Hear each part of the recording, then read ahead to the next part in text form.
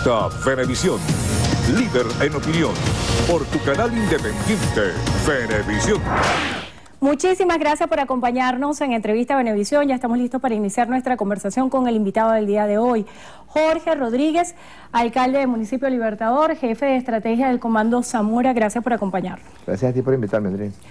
Es muy interesante su presencia en el estudio, sobre todo para valorar y calibrar lo que ha sucedido en las últimas horas y la situación de expectativa en la cual se encuentra sometida toda Venezuela.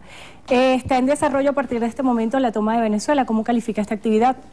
Bueno, realmente es muy lamentable que un grupo político, o en todo caso una minoría de los líderes de un factor político en Venezuela, sometan a la población de una manera indiscriminada, además, y sobre todo y principalmente a sus seguidores, al agobio, a la ansiedad, al secuestro, porque no es ninguna toma de Venezuela. Lo que realmente ocurre en algunos puntos de algunas ciudades es el secuestro de personas, la prohibición del libre tránsito. Si una persona tiene una afección médica, por ejemplo, en Drinas, y tiene que ir a un médico, a un hospital, muchos médicos han tenido que suspender la consulta, es decir, hasta el derecho a recibir una prestación de salud, que es un derecho que se respeta en cualquier situación bélica en el mundo entero.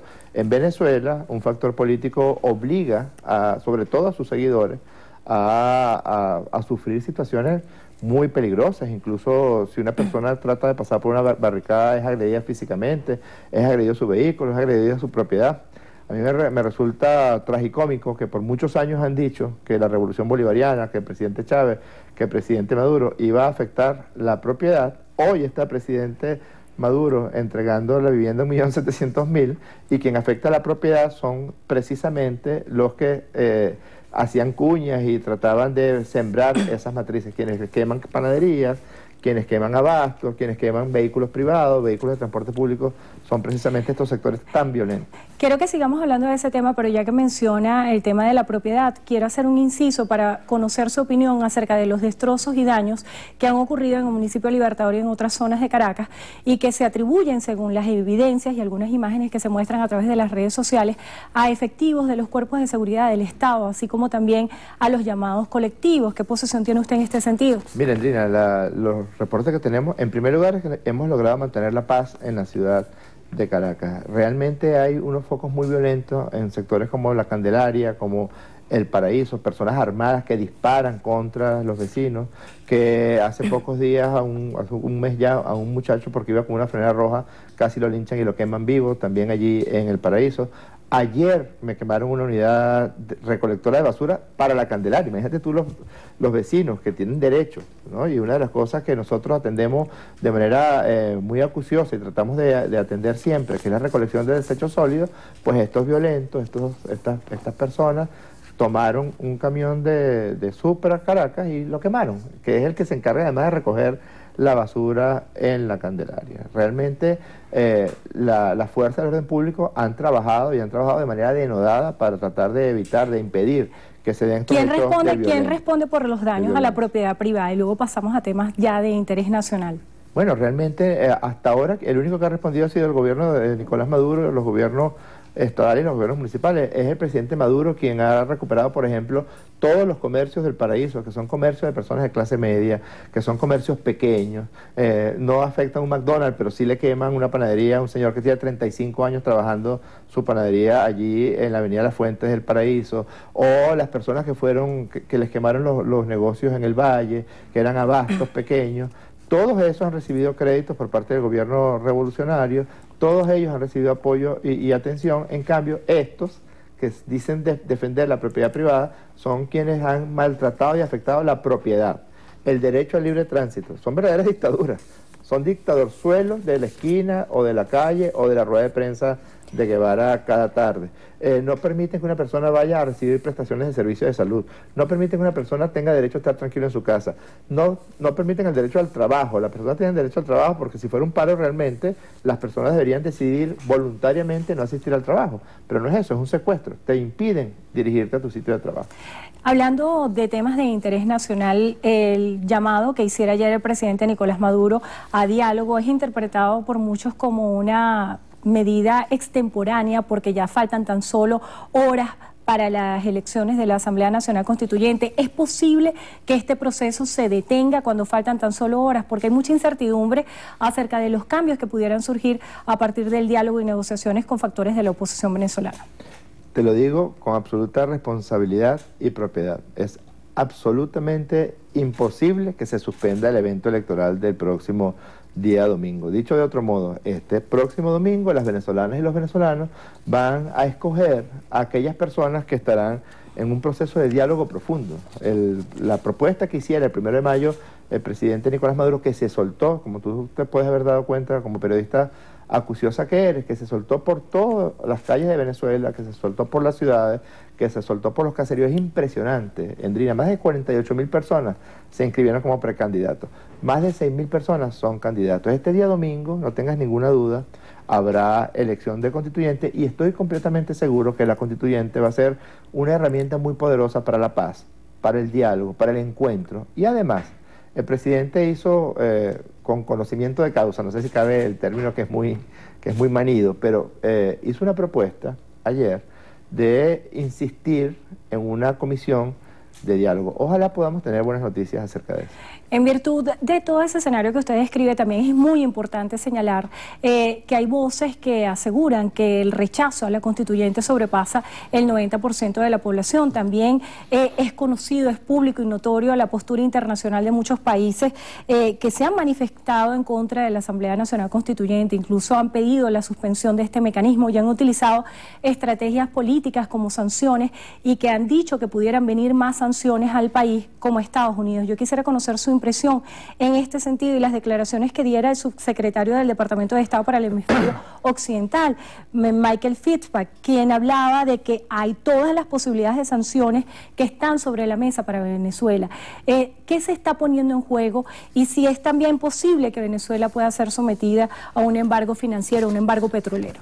Fíjate, Andrina, a mí me gusta mucho una herramienta que aprendí cuando estudié medicina, que es la medicina basada en evidencia. Si es verdad que los venezolanos y las venezolanas rechazan la constituyente, ¿por qué la oposición no se inscribió? Si esa era una propuesta de Freddy Guevara, de Lilian Tintori, hace menos de un año. El carácter que ellos atribuyen de no participar es el carácter inconstitucional, porque califican que ha debido haber un referéndum consultivo previo. Es completamente falso. Todos los constitucionalistas de oposición, los constitucionalistas serios, incluso constitucionalistas que trabajan mucho con derecho comparado de constituciones del mundo entero, señalan que es perfectamente claro lo que dice el artículo 348 acerca de la iniciativa de la convocatoria a la constituyente. Después dijeron que no se estaba sometiendo a referendo la constitución, el proyecto de constitución que se aprobara, y el presidente incorporó una cláusula en las bases comerciales para que se votara esa constituyente. Se han inscrito, hay más de 6.200, es la vez en la historia de Venezuela que más candidatos hay para elección alguna, que nunca se había dado un proceso donde había tantos candidatos a una elección. Dijeron que el presidente Maduro iba a escoger los candidatos a dedo y el voto universal, directo, secreto de los 19 millones de venezolanos inscritos en el registro electoral van a escoger sus constituyentes. En cambio, quienes impiden la democracia son aquellos que impiden que las personas puedan ir a donde le dé la gana. O sea, imagínate tú que si tú vives en una zona del este de Caracas, en el municipio de Libertador no lo permitimos. Pero si tú vivieras en una zona del este de Caracas, pues no te permiten salir de tu casa, pues no te permiten que te montes en tu carro, te pueden dañar tu carro, te lo pueden romper, te pueden quemar tu casa, te pueden quemar tu negocio. Es decir, ¿quién está realmente ejerciendo la democracia? El presidente Maduro está convocando a una elección. Ahora bien, no hay nada más grosero que la actitud del gobierno de Donald Trump con respecto a Venezuela, que está amenazando y está tratando de agredir a Venezuela porque Venezuela va a unas elecciones. Tendríamos el honroso récord en la historia del mundo, que seríamos el primer país que intenta agredirse, sancionarse o con acciones de injerencia porque está convocando unas elecciones. Pero tal vez el tema muy poco, nos parece incluso, es muy honroso que un personaje como Donald Trump y unos personajes como la administración norteamericana o personajes incursos en actos de corrupción y de narcotráfico como Marco Rubio o la señora Iliana Letterman sean aliados de la oposición y estén promoviendo agresiones contra Venezuela. Tal vez el punto no sea el aspecto electoral, sino que tal vez el tema de fondo es lo que muchos críticos han dicho sobre la Asamblea Nacional Constituyente. Voy a citar algunas de las posturas de críticos que dicen que a través de esta elección se va a enterrar la democracia y se va a colapsar la economía. También la fiscal general de la República, Luis Ortega Díaz, aseguró que la Asamblea Nacional Constituyente busca encarcelar a los disidentes y hundir a Venezuela como una nación aislada y sin libertades. Tal vez por esto la postura. ¿Qué opina usted de estas declaraciones? Yo no voy a hacer absolutamente ningún comentario sobre lo que esta señora diga. Esta señora ha perdido cualquier tipo de autoridad ética, moral, laboral, participa activamente en los actos de la derecha venezolana, ha sometido el sistema de justicia en Venezuela a una impunidad brutal, ha sido como la punta de lanza de una lucha de ricos contra pobres, donde los pobres son los que ella mete preso, pero un tipo como Juan Carlos Caldera, que es un corrupto, que es un ladrón, que le dieron un sobre con plata, todavía está libre porque jamás ha sido imputado por la Fiscala General de la República. Ese es el tipo de justicia en el que ella cree. No me interesan las opiniones que ella tenga. Ahora bien, si tú me estás hablando de lo que tiene que ver con la constituyente, toda esa satanización siempre se ha hecho sobre la democracia venezolana, siempre se ha hecho. Te pongo un ejemplo. Ellos no participaron en las elecciones parlamentarias del año 2005, no participaron. Por razones necias, por razones fútiles, decidieron no participar, negándose a ellos mismos y a su gente, la derecha, negando la democracia. Nosotros fuimos a esas elecciones, hubo ese tipo de situaciones, digamos, extremas, satánicas, que ellos están mencionando. Tienen como una cuña que hicimos nosotros, un portugués que le dice a un opositor que le va a decir, te van a quitar tu negocio, le dice, me van a quitar mi negocio. Si a mí la única vez que han agredido mi negocio cuando ustedes vinieron a quemarlo en la guarimba del 2014. Una señora que la entrevistan también, mire señora, usted sabe que le van a quitar sus hijos. Y la señora dice, yo tengo 10 años tratando que se lleven este manganzón, un muchacho ya de 22 años. Es decir, ni siquiera cambian las mentiras, Hendrina. Ahora bien, son las mismas mentiras de siempre. pero ¿quién gana en estas elecciones cuando no tienes un contrincante o un adversario político que se mida contigo?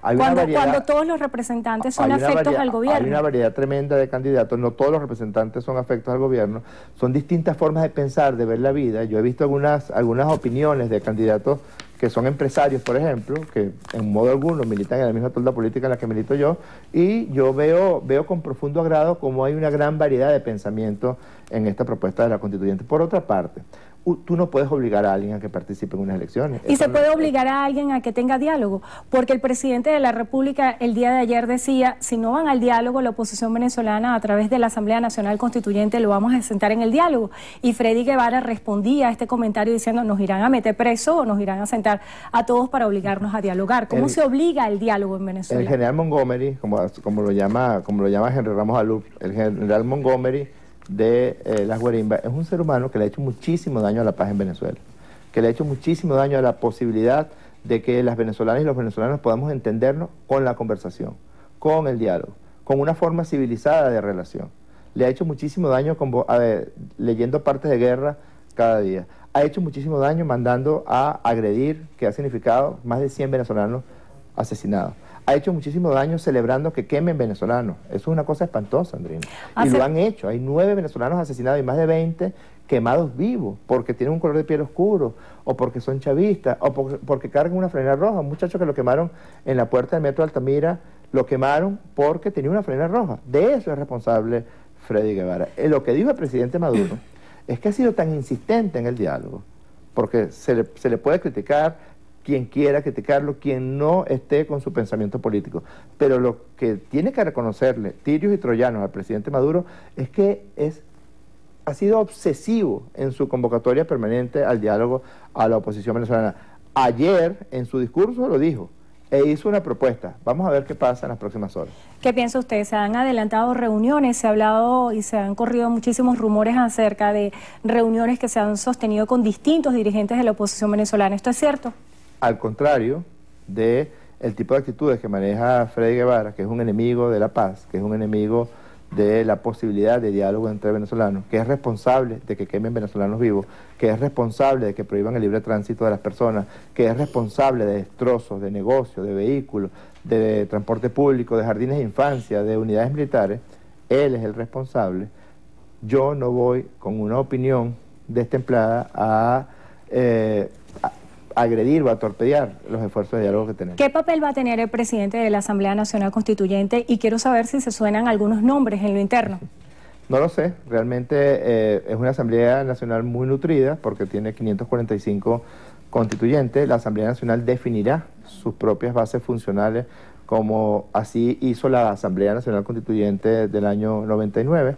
En las bases comiciales del presidente Maduro, creo que pocas personas saben eso porque quizá no lo difundimos lo suficientemente, se establece que de manera temporal las bases funcionales del 99 estarán vigentes en la nueva constituyente hasta que ella escoja sus autoridades y escoja sus nuevas bases funcionales. ¿Qué papel tiene? ¿Estará por encima del presidente Nicolás Maduro? Porque se ha dicho en muchas ocasiones que la Asamblea Nacional Constituyente, y así está asentado por la jurisprudencia, es un suprapoder. Sí, la Asamblea Nacional Constituyente tiene tres misiones específicas: la transformación integral del Estado, tiene la función de la redacción de la nueva Constitución y la transformación del Estado jurídico del sistema jurídico en Venezuela. En efecto, la Asamblea Constituyente tiene acción sobre todas las partes y ningún poder público, taxativamente está establecido en la Constitución del 99, ningún poder público, ni el presidente, ni la Asamblea Nacional, ni el poder electoral, ni el poder moral, pueden actuar contra las acciones de la Asamblea Nacional Constituyente.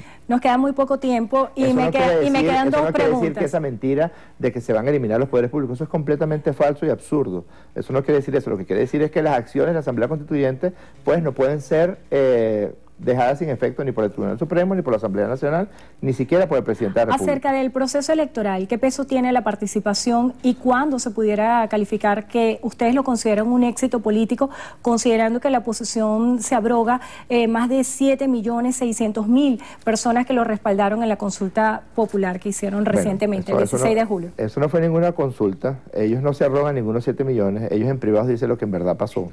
Incluso pusieron unos señores rectores de universidades, cosa que me parece inadecuada, porque los rectores de universidad tienen responsabilidad sobre la verdad académica para con sus estudiantes.